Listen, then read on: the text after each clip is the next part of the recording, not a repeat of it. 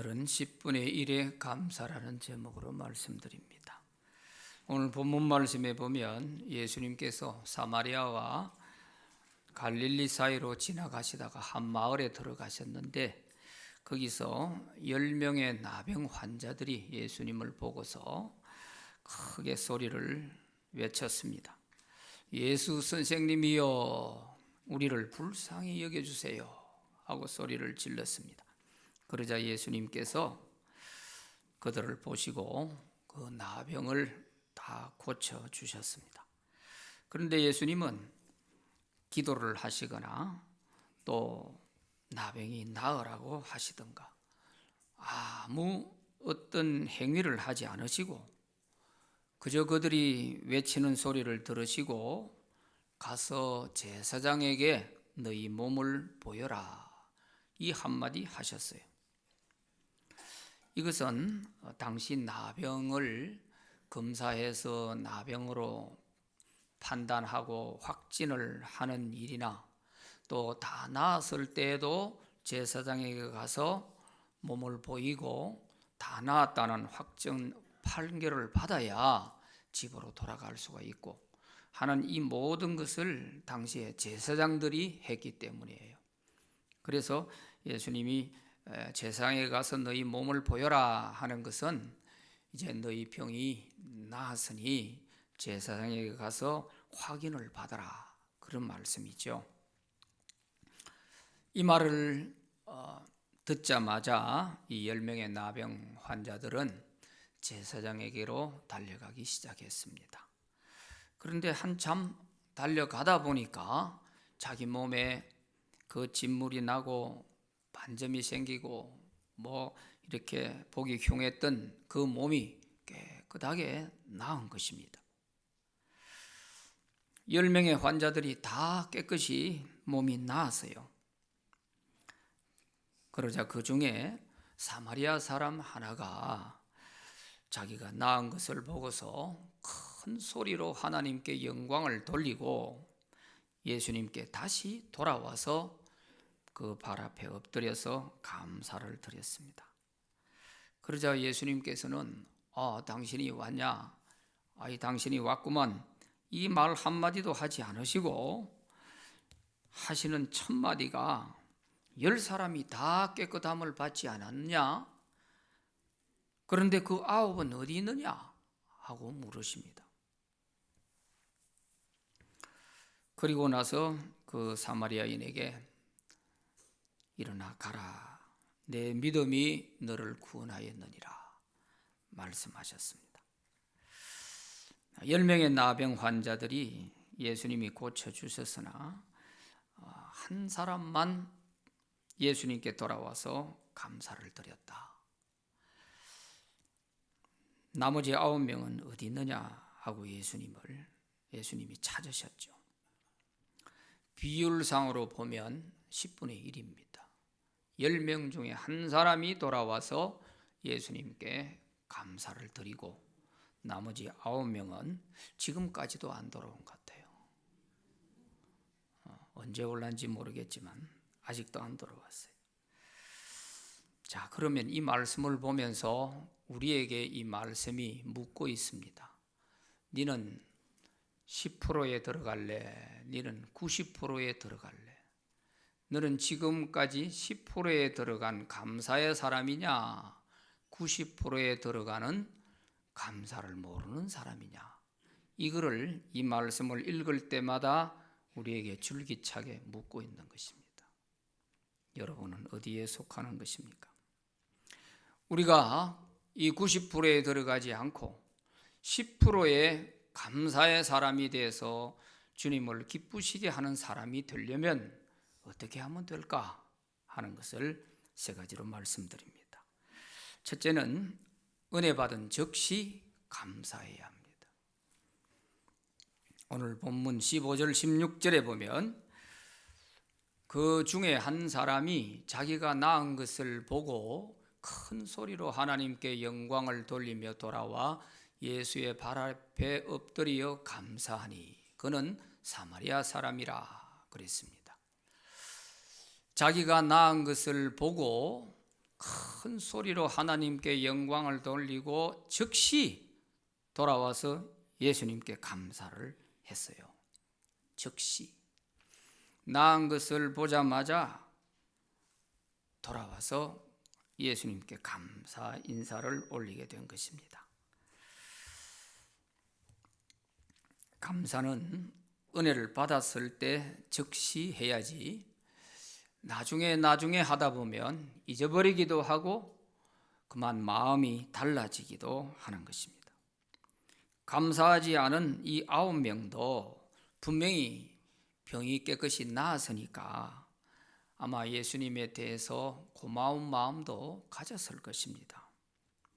그래서 제사장에게 가서 내가 확인을 받아보고 완전히 나았다고 하면 감사해야지 하는 이런 사람도 있었을지 모릅니다. 그런데 제사장에게 가서 몸을 보이고 이제 깨끗이 다 나았다 하는 확진 판결을 받고 보니까 너무 기쁜 거죠. 이게 꿈인지 생신지 모를 정도로 기쁜 거지요. 왜냐하면 나병은 죽음의 병이에요. 그동안 또 가족들로부터 격리돼서 산의 토굴이나 들에 있는 움막 속에서 살았지 않습니까? 그러니 얼마나 가족이 보고 싶겠어요. 그러니까 확진 판결을 받고 나니까 예수님께 돌아가서 감사하려고 했던 것이 그만 후순위로 밀리는 겁니다. 그래도 이 가족들을 먼저 만나봐야지 하고서 가족들에게 돌아갔겠죠. 이렇게 요구하고 나면 다음에 하지 이렇게 하다 보면 결국 이 9명은 예수님께 감사하지 못했던 것이죠. 그래서 감사는 은혜를 깨달았을 때 즉시 하는 것이 가장 좋다 하는 것입니다. 그런데 오늘 본문 말씀을 좀 더 주목해서 보아야 할 부분이 있는데 그것은 예수님이 이 나병 환자 10명을 고쳐주실 때에 그 자리에서 바로 고쳐주지 않으시고 그 사람들이 제사장에게 한참 달려가다가 도중에 몸이 깨끗이 나은 거예요. 마태복음 8장 1절에서 4절의 말씀에도 보면 나병 환자를 고쳐주신 내용이 나옵니다. 이때는 즉시 그 자리에서 고쳐주셨어요. 나병 환자가 예수님에게 와가지고 예수님, 주님이 원하시면 제 나병을 깨끗이 고쳐주실 수 있습니다 하고 고쳐달라고 부탁을 했더니 예수님께서 그 즉시 내가 원하노니 깨끗함을 받아라 하고 한마디 하셨는데 그 자리에서 깨끗하게 되었어요. 그걸 보고서 예수님은 이제 제사장에 가서 네 몸을 보여라 하고 말씀하십니다. 이렇게 같은 나병 환자라도 그 자리에서 바로 고쳐주시는 그런 때가 있고 오늘 이 본문에서처럼 그 자리에서 바로 고쳐주지 않으세요. 그런데 가다가 몸이 나아버린 거예요.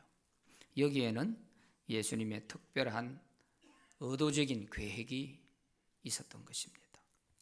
그것은 내가 이 10명에게 다 은혜로 그들의 병을 고쳐주지만은 이들이 어떤 반응을 보이는지 어떻게 하는지 한번 두고 보자 하고 주님이 기다리고 계시는 거예요. 그래서 나병 환자 가운데 이 사마리아인인 이 사람이 나은 것을 보고 즉시 돌아와서 예수님께 엎드려 감사 인사를 올릴 때에 다른 말 하지 않고 10명 다 나았지 않느냐? 9은 어디 있냐? 하고 이걸 묻는 걸 보면 예수님이 기다리고 계셨다는 거죠. 똑같이 10명에게 은혜를 베풀어 줬지만 은혜 받은 이 사람들이 어떤 반응을 보이는지 어떻게 하는지 한번 보자 하고 있었던 거예요. 더군다나 보세요.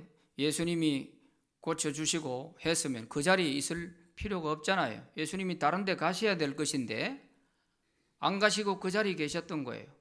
그러니까 사마리아 사람이 가다가 다시 돌아가 그 자리에 보니까 예수님이 그 자리에 계시는 거예요. 그 자리에. 혹시 돌아오는 사람들이 그 자리에 없으면 못 찾을까 봐 예수님은 그 자리에 지키고 기다리고 계시는 거예요. 어떻게 하는지 보자 이거예요. 그래서 우리가 은혜를 받았을 때에는 즉시 그 자리에서 바로 우리가 주님께 감사하는 것이 가장 좋다 하는 것을 알 수가 있죠. 오늘 우리는 죄악에 빠져서 영원히 지옥 형벌을 받아야 될 사람들입니다. 그러나 하나님께서 독생자를 통해서 우리를 구원해 주셨습니다. 그러므로 하나님께 감사하는 것은 구원받은 성도가 가장 먼저 해야 할 일인 것입니다. 사마리아 여인은 자기 몸이 깨끗하게 나은 것을 보는 순간 그 즉시 돌아와서 주님께 감사를 드렸지요. 큰 소리로 하나님께 영광을 돌렸다 그랬는데 이때 큰 소리로 하나님께 영광 돌린 그 말이 어떤 것이었을까 궁금하지 않습니까? 저는 그것이 감사였다고 생각해요. 하나님 감사합니다 하고 아마 이렇게 목이 터져라 외쳤을 것 같아요. 그 외에 다른 말이 필요가 없잖아요. 왜 죽을 나병에서 고쳐주신 그 주님을 생각할 때 목이 터져라 외쳤지 않겠어요? 그게 하나님께 영광 돌리는 거죠. 은혜를 알고 감사하는 이것이 하나님께 영광 돌리는 가장 좋은 방법인 거예요. 우리도 하나님이 은혜 주실 때 즉시 감사할 수 있는 그런 10%의 성도들이 되기를 바랍니다. 두 번째, 은혜를 잊지 않아야 감사할 수 있습니다. 은혜를 잊어버린 사람은 절대로 감사할 수가 없어요. 사마리아인은 주님의 은혜를 잊지 않기 위해서 바로 즉시 돌아왔지 않습니까? 그러나 9명은 다음에 하다가 그만 마음이 달라지고 또 후순위로 밀리고 하다 보니까 결국 감사하지 못한 것이죠. 그래서 다윗은 자기가 하나님께서 베풀어 주신 은혜를 잊지 않기 위해서 자기 자신에 대해서 이렇게 고백하고 다짐하는 것을 볼 수가 있어요. 시편 103편 2절 말씀에 보면 내 영혼아 여호와를 송축하며 그의 모든 은택을 잊지 말지어다. 자기 자신을 향해서 내 영혼아 여호와를 송축해라. 하나님이 나에게 베풀어 주신 그 모든 은택을 나는 절대 잊으면 안 된다. 이걸 자기 스스로에게 외치면서 다짐을 하고 있는 거예요. 은혜를 잊지 않기 위해서. 다윗은 수많은 죽을 고비고비를 넘겼지 않습니까? 그때마다 하나님이 그를 생명사계로 덮어서 보호해 주시듯이 이렇게 그를 보호해 주셨다니까요. 그러니까 다윗은 이 하나님의 은혜를 잊을 수가 없는 거예요. 잊을 수가. 그래서 임금이 되고 난 뒤에 제일 먼저 챙긴 게 하나님 법궤가 어디 있는지 찾아보고 그 법궤 챙겨서 예루살렘으로 모시고 오고 성막을 내놓고 만들어 놓고 거기다 모시고 하나님 잘 섬기려고 4,000명의 찬양대를 조직해서 하나님께 예배를 드리게 하고 이게 모든 게 뭐예요? 하나님의 그 은혜를 잊지 않으려고요. 은혜를. 그러니까 감사할 수 있고 또 주님을 위해서 보답하는 이런 삶을 살아갈 수가 있었던 것이죠. 이 나병이라고 하는 것은 죽음의 병이에요. 1873년 노르웨이에 한센이라는 의사가 이 나병의 그 원인이 되는 균을 발견하게 됨으로써 치료제가 개발되고 그래서 이제 고칠 수가 있게 된 거예요. 그전에는 아예 불치병이었어요. 그리고 걸렸다 하면은 사람이 아주 몰골이 말이 아닐 정도로 형태가 변형되면서 이렇게 망가지는 그런 병이거든요. 참 너무 처참한 병이 이 나병입니다. 지금도 전 세계적으로 나병 환자가 1200만 명 정도가 있다고 합니다. 우리 한국에만 해도 3만 7천 명이 아직 나병 환자가 남아 있다고 그래요. 그런데 예수님 당시 그 고대 사회에서 이 나병에 걸렸으니 얼마나 무서운 불치의 병이었겠어요. 걸렸다 하면 죽음이죠. 그리고 이 병은 전염성이 있기 때문에 걸리면 무조건 격리하는 것. 사람이 할 수 있는 방법은 그저 격리시키는 것밖에 다른 방법이 없어요. 그러니까 뭐 아무리 사랑하는 가족들이라도 나병에 걸리면 가족들과 격리될 수밖에 없어요. 임금도 나병에 걸리면 임금의 자리에서 나와가지고 별궁을 지어놓고 움막 속에서 살아야 되는 거예요. 예외가 없어요. 이럴 정도로, 심지어는 성경에 보면 율법에다가 나병 환자에 대해서 어떻게 처리하라는 것이 나와 있을 정도로, 그 정도로 심각했던 것입니다. 우리가 몇 년 전 코로나만 걸렸을 때 하더라도 백신이 개발되지 않고 치료제가 없으니까 걸렸다 하니까요, 격리하는 것밖에 없었잖아요. 한 집안에 같이 사는데도 걸린 사람은 지방에 들어가면 음식도 갖다 넣어주고 바깥에 나오지도 마라 그랬잖아요. 심지어는 코로나로 돌아가셨는데 장례를 하는데 가족들이 가볼 수도 없었잖아요. 참 삭막했죠. 이 코로나가 이렇듯이 이 당시 나병이 바로 그런 거예요. 다른 방법이 없고 격리밖에 할 게 없으니까. 자, 이런 참혹한 이 나병에서 주님이 고쳐주셨단 말이에요. 예수 선생님, 우리를 불쌍히 여겨주세요 하고 외치는 그 사람들이 정말 불쌍해서 주님이 다 10명을 다 고쳐주셨어요. 그런데 이 은혜를 어떻게 잊어버릴 수 있겠어요? 잊을 수가 없는 거 아니겠어요?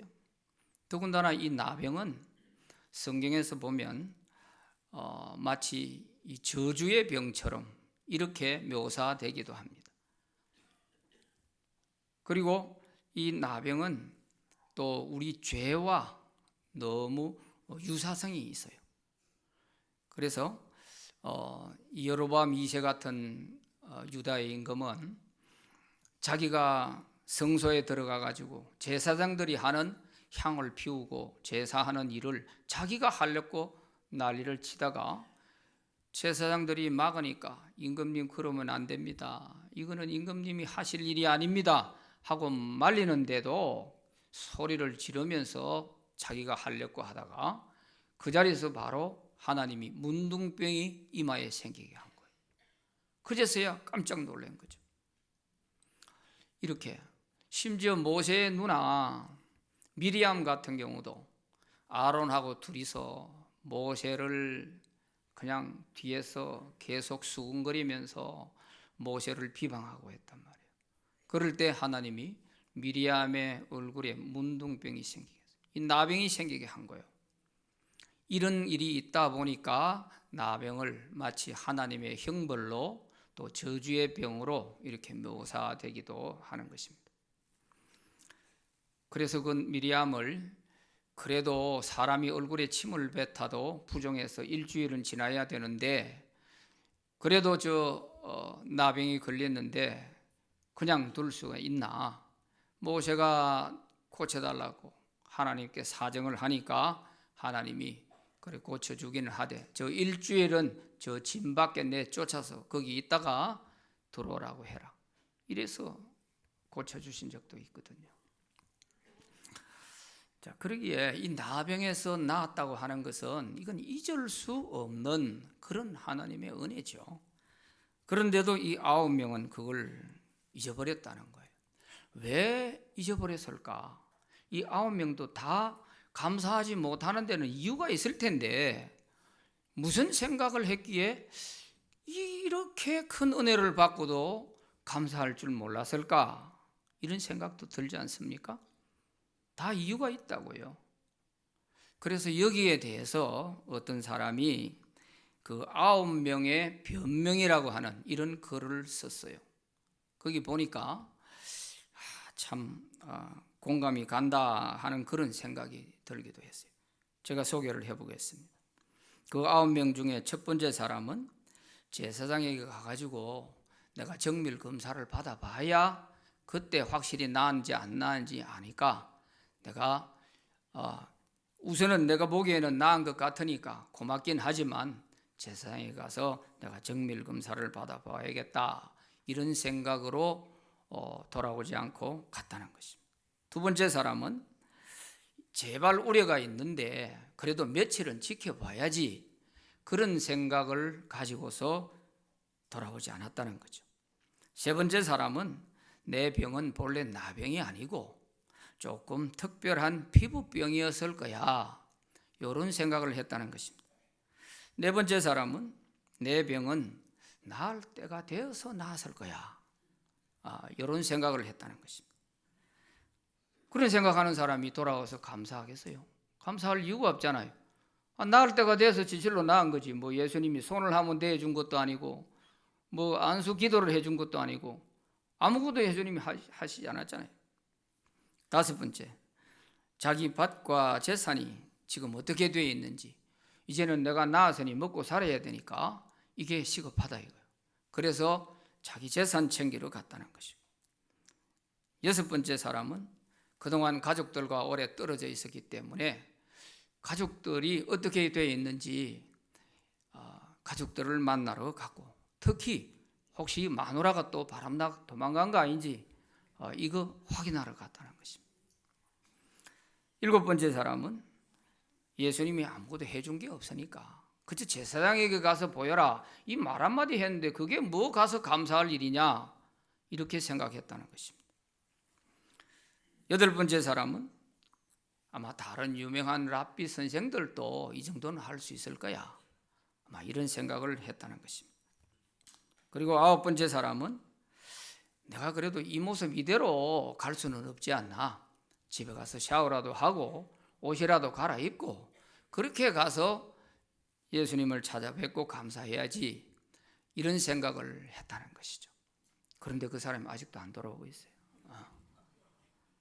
샤워를 지금까지 하는지 모르겠지만, 그런데 이 글을 제가 가만히 보면서 믿음 없는 사람이면 이 9가지 가운데 공감이 가는 것도 많이 있겠다, 그런 생각이 들어요. 믿음 없으면 이런 생각할 수 있는 거죠. 이제 나을 때가 돼서 나았는가 보다 생각할 수 있죠. 그런 사람에게 무슨 감사해야겠다는 마음이 들 리가 없잖아요. 믿음으로 감사하는 것이지, 믿음이 없으면 사실 감사하기 어려울 때가 많이 있죠. 아무리 큰 은혜를 줘도 그게 은혜로 안 여겨지는 거예요. 믿음이 없으면 그게 은혜라고 생각이 안 되고, 그건 뭐 저절로 됐겠지, 내가 운이 좋아서 됐겠지, 이렇게 생각하는 부분들이 없잖아. 우리 삶에 종종 있습니다. 그래서 우리가 감사할 기회를 놓쳐버리고 은혜를 그저 다 잊어버리게 되는 것이죠. 하여튼 믿음이 없어서 감사하지 못하는 사람에게는 이렇든 저렇든 변명이 많아요. 핑계가 많아요. 그러나 믿음이 있는 사람에게는 도저히 감사할 수 없는 상황임에도 불구하고 감사를 한다는 것이에요. 이것이 믿음으로 드리는 감사예요. 오늘 우리는 불치의 병보다도, 이 불치의 나병보다도 더 무서운 죄로 인하여서 모두 죽어가고 있을 때 예수님께서 우리를 죄에서 구원해 주셨습니다. 예수 믿고 죄 사함 받아 구원받은 사람이라면 이 은혜는 평생 잊을 수가 없는 은혜예요. 세월이 아무리 많이 가도 이 은혜만큼은 잊을 수가 없어요. 설령 우리 기도 제목 들어주시고 뭐 죽을 병에 걸려서 낫게 해주시는 거, 물론 이런 은혜도 우리가 잊을 수 없는 은혜기는 하지요. 그러나 그것은 세월 가면 잊혀질 수도 있어요. 그러나 우리가 예수 믿고 구원받은 이 은혜는 예수 믿는 사람이라면, 그리스도인이라면 평생 잊을 수가 없는 은혜예요. 이 은혜를 잊어버린다면, 여기에 대해서 감사한 마음이 사라져버린다면 나는 그리스도인의 자리에서 이미 벗어나 버렸어요. 그리스도인이 아닌지 모릅니다. 그저 습관적으로 교회 왔다 갔다 하는 종교인이 되어 있는지 모릅니다. 그리스도인은 내가 구원받은 그 은혜와 감격, 이 감사가 항상 기본으로 우리 마음에 자리 잡고 있어야 돼요. 그래서 무엇이든지 우리가 범사에 늘 감사할 수 있는 거예요. 요게 사라져버리면 범사에 감사가 안 돼요. 안 되는 거예요. 우리는 감사의 사람이 되기를 바랍니다. 반드시 10% 안에 들어가서 감사의 사람으로 주님을 기쁘시게 할 수 있기를 바랍니다. 세르반이라는 사람은 인간이 범하는 죄 중에 가장 큰 죄가 감사할 줄 모르는 것이다 그랬어요. 로마의 철학자 세네카는 은혜를 감사로 받는 사람은 이미 그 은혜의 절반은 보답한 것이다, 이렇게도 말을 했습니다. 그러니까 감사가 우리가 얼마나 하나님이 기뻐하시는가 하는 것을 알 수가 있어요. 세 번째, 믿음이 성숙해야 감사할 수 있습니다. 10% 안에 들어가려면 우리 믿음이 성숙해야 돼요. 오늘 18절 말씀해 보면 17절 18절 말씀해 보면 이 이방인 외에는 하나님께 영광을 돌리러 돌아온 자가 없느냐 하시고 그에게 이르시되 일어나 가라 내 믿음이 너를 구원하였느니라 하시더라 그랬어요. 이 이방인 외에는 이 말에 뼈가 있는 말입니다. 이 이방인 외에는 사마리아 사람 이 외에 나머지 9명은 유대인들이었다는 것이죠. 조상적부터 하나님을 믿고 믿음 좋다고 그렇게 자부하고 있는 그 유대인들 다 어디 갔냐? 하나님도 안 믿는 이방인이 이렇게 돌아와서 감사하는데 그 믿음 좋다던 그 유대인들 다 어디 갔냐? 9은 어디 있냐? 이거 아니에요. 여러분, 내 교회 생활 오래 했다. 우리는 모태신앙이다. 조상적부터 믿어왔다. 믿음 좋다. 이러던 사람들이 어찌 보면 감사에 무감각해요. 내 이만큼 오래 신앙생활을 했으니까 이제 새신자들은 하는 거지. 정말 해서는 안 될 이런 착각들을 많이 해요. 절대 그렇지 않습니다. 이 이방인 외에는 하는 이 말을 오늘 우리에게 한번 적용을 시켜본다면 이 새신자 외에는 감사하는 사람이 이렇게 없냐? 그 말하고 같은 거죠. 또 내 믿음이 너를 구원하였느니라 그랬어요. 믿음. 이 믿음은 성숙한 믿음이라는 거죠. 이 사마리아인은 비록 유대인도 아니지만 고쳐달라고 부르짖을 때의 그 믿음과 돌아와서 감사하는 그 믿음이 결합될 때에 성숙한 믿음으로 주님이 인정하신 거예요. 네 믿음이 너를 구원하였느니라. 아마 이 말을 들은 사마리아인은 참 기뻤을 거예요. 왜? 주님이 확실히 네가 구원받았다, 네 다 나았다 이렇게 확인을 해주시고 선포를 해주셨으니까 얼마나 기뻤겠어요? 그리고 남은 생을 살아갈 때에도 마음이 든든했을 거 아니에요. 불안하지 않았을 거 아니에요. 그런데 이 나머지 9명은 아마 마음이 좀 무거웠을 거예요.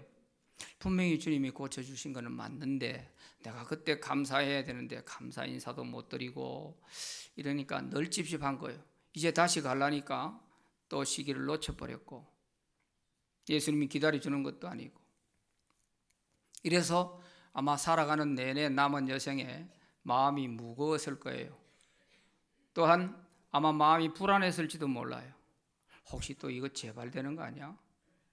아마 이런 생각을 하면서 불안했을지도 모르죠. 그러나 이 사마리아인에게는 네 믿음이 너를 구원하였느니라 하고 주님이 완전히 치유됐음을 선포해 주신 거예요. 그래서 믿음이 성숙해야 감사할 수 있어요. 어린아이 같은 이 9명은 어린아이 같은 믿음입니다.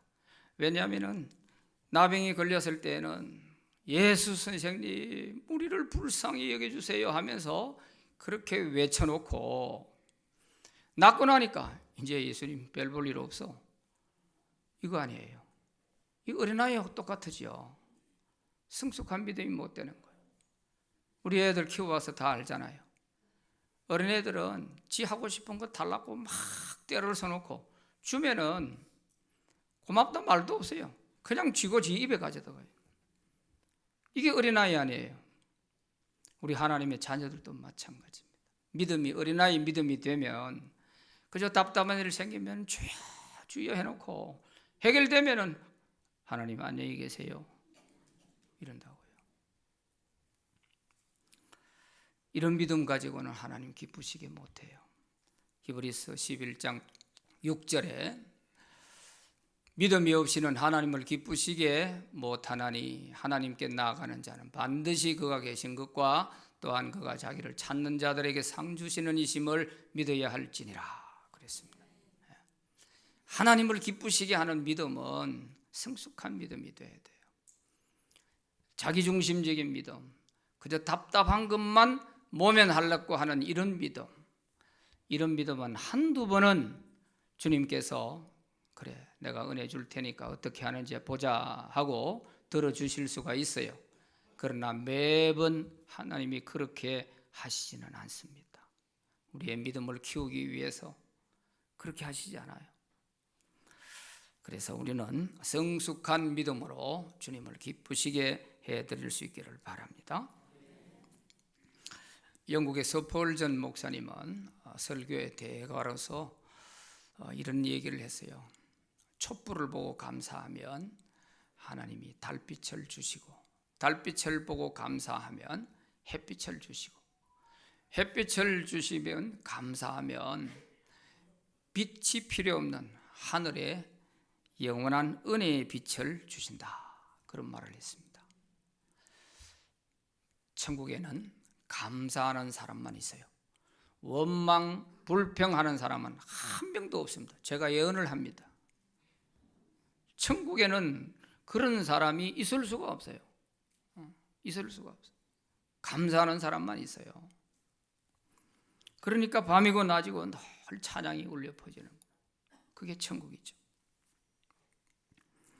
시카고 출신으로서 화가가 이제 가수와 결혼을 했어요. 결혼을 했는데 석 달 만에 그만 이 화가가 임파선 종양에 걸려서 죽게 됐어요. 병원에 갔더니 3개월밖에 못 산다는 거예요. 참 눈앞이 캄캄하잖아요. 자기 아내는 임신 중에 있었어요. 기가 막히죠. 이렇게 낙심하고 있을 때 그 아내가 남편에게 위로를 했습니다. 우리가 석 달밖에 못 산다고 생각하지 말고 하나님이 우리에게 석 달을 더 주셨다고 생각하고 감사하며 삽시다. 어느 누구도 원망하지 맙시다. 그리고 이 기간 동안 천금같이 여기고 가장 아름답게 우리가 살아봅시다. 이렇게 위로를 해 주었는데 가만히 생각해 보니까 그 아내의 말이 참 맞단 말이에요. 그래서 그때부터 그래 내가 가장 이 3개월을 밤낮으로 하나님께 감사하면서 가장 아름답고 가치 있게 사는 게 뭘까? 그래서 내가 화가니까 예수님의 초상화를 그려야 되겠다. 그래서 예수님의 초상화를 그리기 시작한 거예요. 그래서 이 사람이 그린 초상화를 보면 굉장히 아주 카리스마가 넘쳐요. 사진 한번 띄워보시죠. 방송실. 예.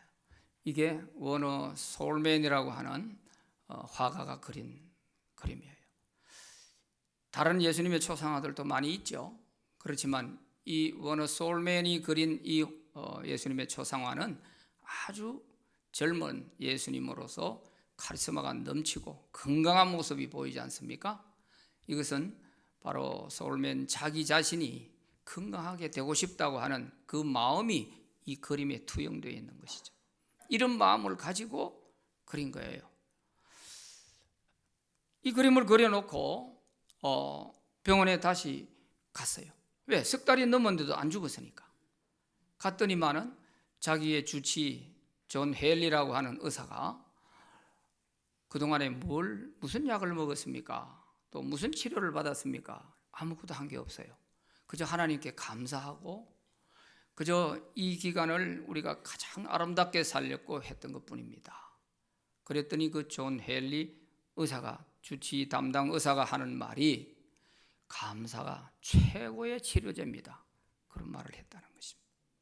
그리고 이 사람이 그렸던 이 예수님의 초상화가 500만 부가 팔렸어요. 그래서 유명한 화가가 됐습니다. 감사의 기적이 일어난 것이죠.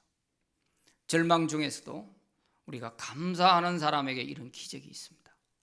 우리 모두에게도 범사에 감사하면서 하나님을 기쁘시게 해서 우리 삶이 기적 그 자체가 되시기를 기원합니다. 기도합시다. 하나님 아버지 감사합니다. 우리 삶은 잠시도